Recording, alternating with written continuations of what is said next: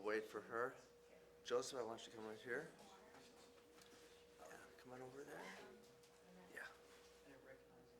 And I'm going to have you stand in close. We're going to come on in together. No, because then when we want to do a shoot of the board, they'll get those. Won't we? So, yeah, I want right over here, Gene. That's right. Real good. Trucia, that's great. You guys want to come up, or you want to stay after? Yeah. You can. Come on. Yeah. Yeah. Yeah. Jeannie, sorry. Survivors first. Right? Yeah, that's our survivors first. Parker, come on up. Yeah, do you guys want us? Yeah, come on in tight. Come on in tight. Good. Okay. Are we good, Darryl? Let's get started. My name is Jeff Anderson, and I am here with some very courageous survivors and survivor advocates and members of our legal team. We're here today because it's time. It's time to release more information about the real peril that does exist and has existed in the Archdiocese of New York, and the failures of this cardinal and his predecessors to reveal the full truth. The reality is that we stand before and with these survivors pictures of 310 perpetrators, predators, priests, and religious that worked and were assigned by the Archbishop of New York in New York, who abused children and have been publicly accused of abusing children. We assembled this list and released the Anderson list today of 310 perpetrators, priests who have worked in the Archdiocese and been assigned in the Archdiocese because the Cardinal and the Archdiocese hasn't, because they continue to hide not only the names, not only the identities, not only the histories, but their own role in concealing and giving safe harbor to what we've identified as 310 predator, priest, perpetrators who have worked in the Archdiocese of New York. We assembled this information from across the country. It includes not only diocesan priests admitted into the Archdiocese, but also priests allowed to work in the Archdiocese who are what we call religious or order priests. In September of last year, Cardinal Dolan told the New York Times, "I don't see why." Let me have this. Hold that, Brad. I don't see why we should release these names because they're already out there. He said that the Archdiocese has released all these names, and he said that September of last year. When I read that in the New York Times, knowing his past practices and history, I knew that more had to be done. I knew that it had to be done immediately because there's a fierce urgency. That was a lie. As a result, in February of this year, we assembled a list as quickly as we could of 112 publicly accused priests who had worked in the Archdiocese of New York, and we released that and did a press conference, just like this, with pictures and histories, just like this. And at that time, we had 112. 2 months later, Dolan, under pressure from the survivors and the public, no doubt, released a list of 120. And that was in April of this year, 120. And we knew when he did, that was not only a half-truth, it was a quarter truth. Because we knew as we were assembling and investigating the scope of the numbers and names and the histories of the offenders, that it was in multiples of that. So today, we know it's 310. How many more are out there and still hidden and only known by the Archdiocese and the top officials, including Dolan, remains to be seen. And the good news is that because of the Child Victims Act that now goes into effect, survivors have the opportunity and the power to force and compel through their own power and their truth and through their ability to bring suits they couldn't before, the actual histories and identities of how many more are out there. We've tried to locate all these people. We now know that there are at least 48 of these folks. These people, these priests and former priests who have been publicly accused of molesting children, there are 48 who we don't even know where they are right now as we speak. 48 of these 310. And while many are dead, the legacy of harm that they have left is very real.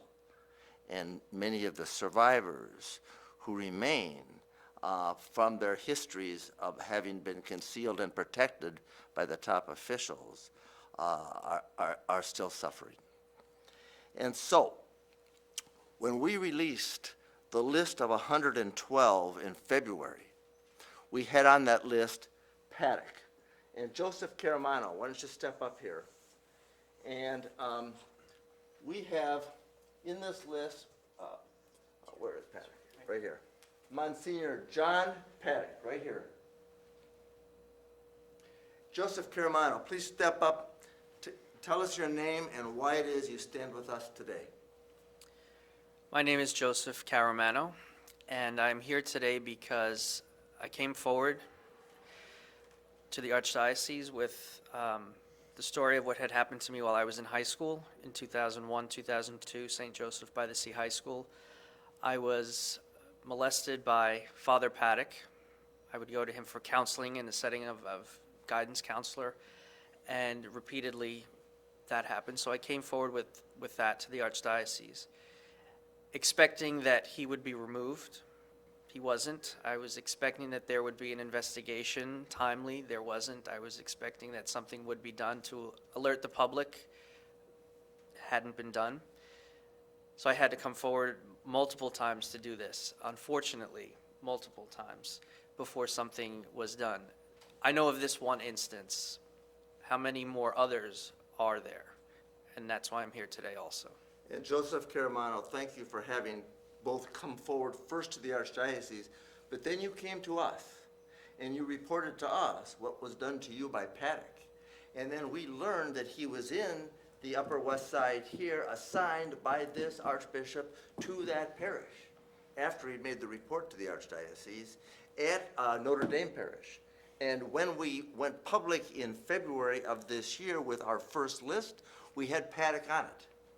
And we alerted the public and the Archdiocese, remove this guy. He is a peril. And after we did, Dolan chose to keep him in ministry. And after Joseph went public and we stood with him in February of this year, 7 other survivors of Paddock over the years have now come forward and identified themselves to us and we to the law enforcement, and it was only weeks ago that Paddock quietly resigned from that parish here in the Upper West Side. But Dolan took no action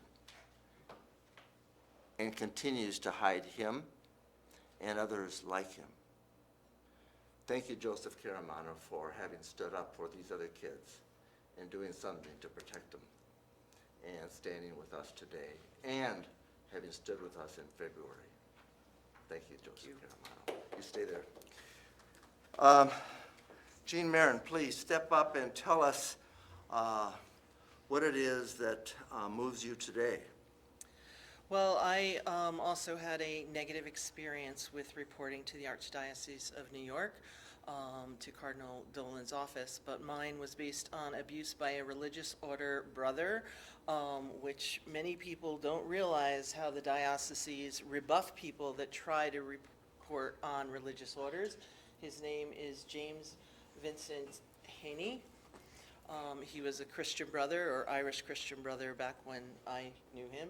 I reported to the diocese and was told, well, by the Victims Assistance Coordinator, I work with priests and deacons from our diocese.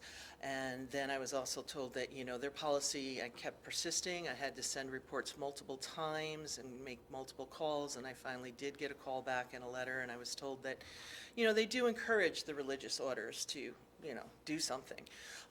But it was clear they were not going to do anything. So any of the lists that the dioceses release has none of the religious order priests, brothers, or nuns who sexually assault, rape, or otherwise exploit youth.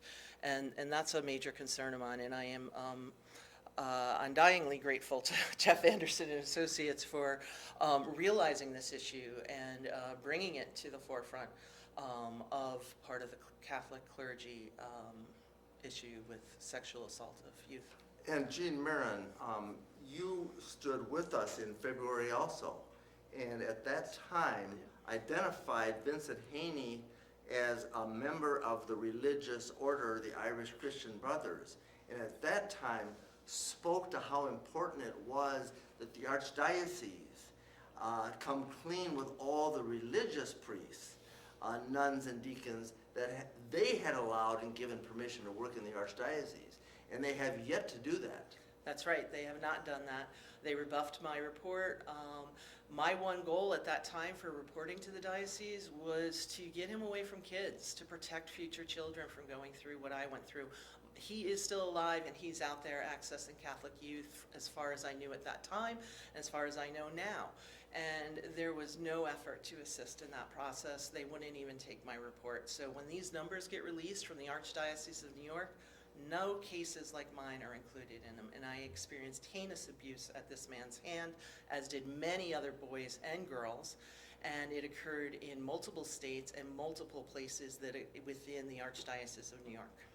And so the question that is yet to be answered is how many more clerics have been allowed to work and abuse and rape and exploit kids with varying degrees of knowledge by top officials in the Archdiocese of New York than what we shared publicly today. How many more? And it is the courage of the survivors that allowed us to assemble this data and them sharing their truth with us, knowing that we can protect survivors' identity, and that Jean and Joseph, who now have rights under the Child Victims Act, could have remained private and confidential. But the good news is, as sorrowful and as dangerous as the circumstances are here, there is good news and there is hope in the Child Victims Act. And Bridie Farrell, you have been an advocate, a survivor, and one of the voices that helped move both the legislature and recently Congress as an Olympic athlete. Tell us who you are and what people need to know about what we're trying to do today. Certainly. So, hi, my name is Bridie Farrell. I too, like many of the people up here, I'm a survivor of childhood sexual abuse. When I was 15, I was molested by my then 33-year-old teammate, who was a four-time Olympian and Olympic silver medalist. I, like so many others, did not come forward for years and years and years for, one, fear of retaliation, and two, not even understanding that what happened to me was a crime. The times have changed so much from 1997 and 98 when I was abused to today in 2019. And the difference is that survivors like me and folks I'm standing with and folks watching this, that we now have the power and the ability to come forward. And it's time for all of us to step up and use our voices. It's really empowering to stand up.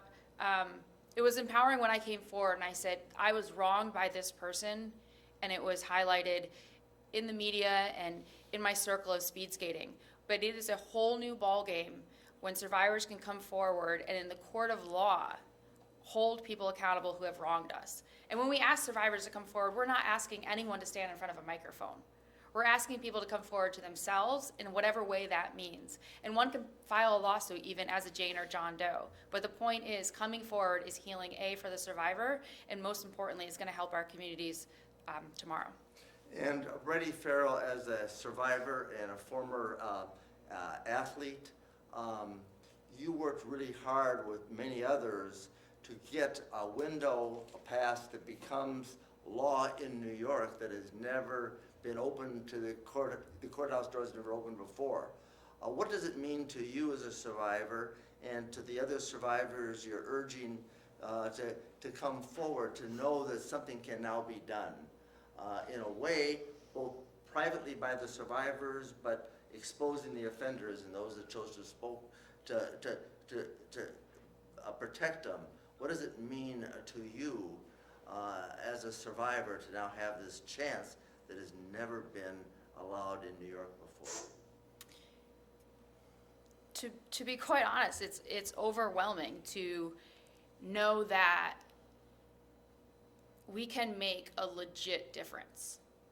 And I think I was able to be so dedicated to working hard on passing the Child Victims Act over the last 6 years, but I think it's very similar to sports, where you have one athlete that's out front, that's on the ice, that kind of gets the credit for saying, this person worked so hard, this is the athlete that gets the medal. And I feel that I get a lot of this credit for the work on the Child Victims Act, but it is literally thousands of people who have over the last 15 years worked on this legislation. And while I might be the person standing at the microphone and more or less a face of this, there is an army of people out there. And every time I stand up, I get calls and emails and Facebook or whatever communication it is from other people that unfortunately relate to me. And so I think what's so important is that the tides have changed. And it's a whole new ballgame. It's something that I've never experienced. I've never had agency over my own body, right? It was taken away from me when I was a teenager. And so now for the first time at age 37, I'm allowed to walk in someplace and say, Andy Gable did this to me in 1997, but the United States Olympic Committee was made aware of his behavior in 1990. Our paths should have never crossed. The Child Victims Act is an opportunity for survivors to come forward for themselves and to protect the communities that we all are living in. It is not anything against a religion, the church, a synagogue, a sports industry, nothing like that. All it is, honest to God, is to protect kids. And whenever you hear a survivor, ask them, why did you come forward? Why are you telling the worst moments of your entire life? It's not to be on a camera, right? It's the nieces and nephews that we have, it's the children that we have, it's the grandchildren that we have. That's the point of the Child Victims Act. And on August 14th, people like myself and those I'm standing with can come forward. And if you can relate to our story and you want to hold a press conference, we can do that. If you want to anonymously call and silently work to make your justice a reality, we can do that too. The other thing is that don't try this at home. Don't WebMD this, right? Like, if something happened to you, call. Find out how much you were wronged and if it's a crime. I was 26 years old taking a course at Cornell University when I realized, oh my God, a crime was committed against me. The point is that we've justified this for years and years. So I encourage anyone who even thinks that the Child Victims Act might be able to help them, call, find out. It is time for all of us to stand up and take this back. Enough is enough. And thank you, Brady, and to Jean Marin and Joseph Caramano, survivors who suffered in silence. You know that you can now bring suit under the new law as a Jane Doe and as a John Doe, as other survivors will, but you're choosing to stand with us today because the information that we're assembling together and with your help is designed to have the full truth known, so kids can be protected and use the law now to recover their power.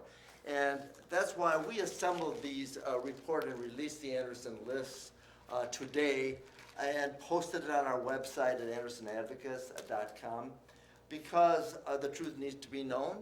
Survivors need to know they're not alone and may not be the only one, and they can do something about it that they couldn't before in New York. Stacy Benson, we're standing with members of our legal team here. You're one of the lawyers that work to compile this report. Tell us what you think is significant about this and what folks need to know.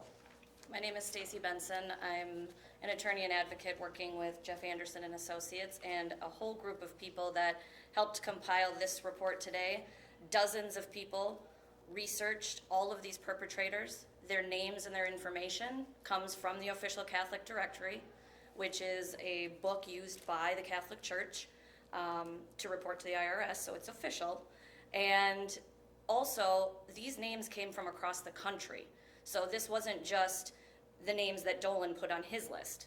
These came from across the country, and every single one of these perpetrators was allowed to work in the Archdiocese. That means they had permission from the top officials, including all of the archbishops over the course of the last 50, 60 years, including Archbishop Egan, O'Connor, Cook, Spellman. All of them allowed these perpetrators to work here. And the disturbing part is that 66 of those perpetrators, actually, we don't know where they are. At least 8 of them were allowed to flee the country. And the concern is the communities, your kids. Are they in your schools? Are they next door? We don't know. And we call on them, the Archbishop, the top officials, to tell us where they are so that your communities can be safer. 3 of these perpetrators identified in this report are former bishops. Did you hear that? One is a former abbot, that's the head of a religious order, Timothy Kelly, of Order of St. Benedict. So some are top officials, and that deserves to be noted. What also needs to be known is that there are many more. And Trusha Goff, please step forward and identify for us. First, I want to give credit to Bishop Accountability because it is that organization that has been assembling this data for decades. And we rely upon them, and they've identified 174 of these folks for us. And then we went and explored and navigated all the other public data to assemble the 310. So the Bishop Accountability, they deserve credit. First credit to the survivors, and Trusha Goff as a member of our legal team. What more needs to be known about this? Trusha Goff, I'm one of the lawyers with Jeff Anderson and Associates. This report and the names in it, these 310 names, are possible because of the survivors that stand with us today and all the survivors who stand in support of them. The names in this report are possible because these survivors chose to name the perpetrators publicly. It is to their credit that these names are being made public today. But it isn't the burden of the survivors to make these names public. The Archdiocese and Cardinal Dolan know the full truth. They know the full extent of the problem of sexual abuse. And it is the Archdiocese and Cardinal Dolan who we're calling on to be transparent. The time for transparency is now. What more information is being hidden? How many more names are there? And the time for transparency is now.